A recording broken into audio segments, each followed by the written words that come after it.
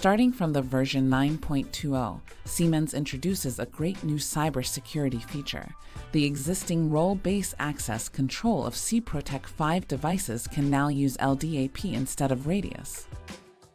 Unlike the traditional LDAP management, in today's IT world, where the user privileges are determined by the parent container of the user, for SIPROTEC 5 devices, the user roles can be configured with a few clicks using CCOM Grid Pass and then be uploaded to a remote LDAP repository for user administration. The privileges are received as a token from the user certificate.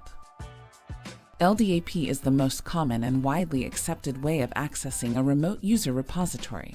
It can maintain a secure environment within the organization while meeting different customer requirements. In DIGSI 5, activate the RBAC functionality from the item of Safety and Security, click Operations Safety and Access Control, then select Role-Based Access Control with LDAP. In LDAP authentication, select the certificate authority that the LDAP server is using. Please note that this CAE can be uploaded from the tool Manage Certificate Authority to DIGSI 5 CAE Store.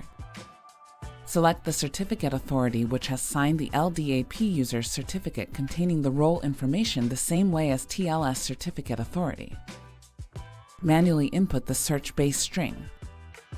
In the primary server settings, set the IP address of the primary LDAP server and the physical port that the communication to LDAP server shall be established.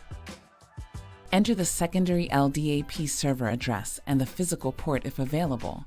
The secondary port can be selected independently from the primary port. Load security settings to device. Please make sure the user authentication is needed. Input the username and password which has been configured in LDAP server as administrator. Then LDAP is activated.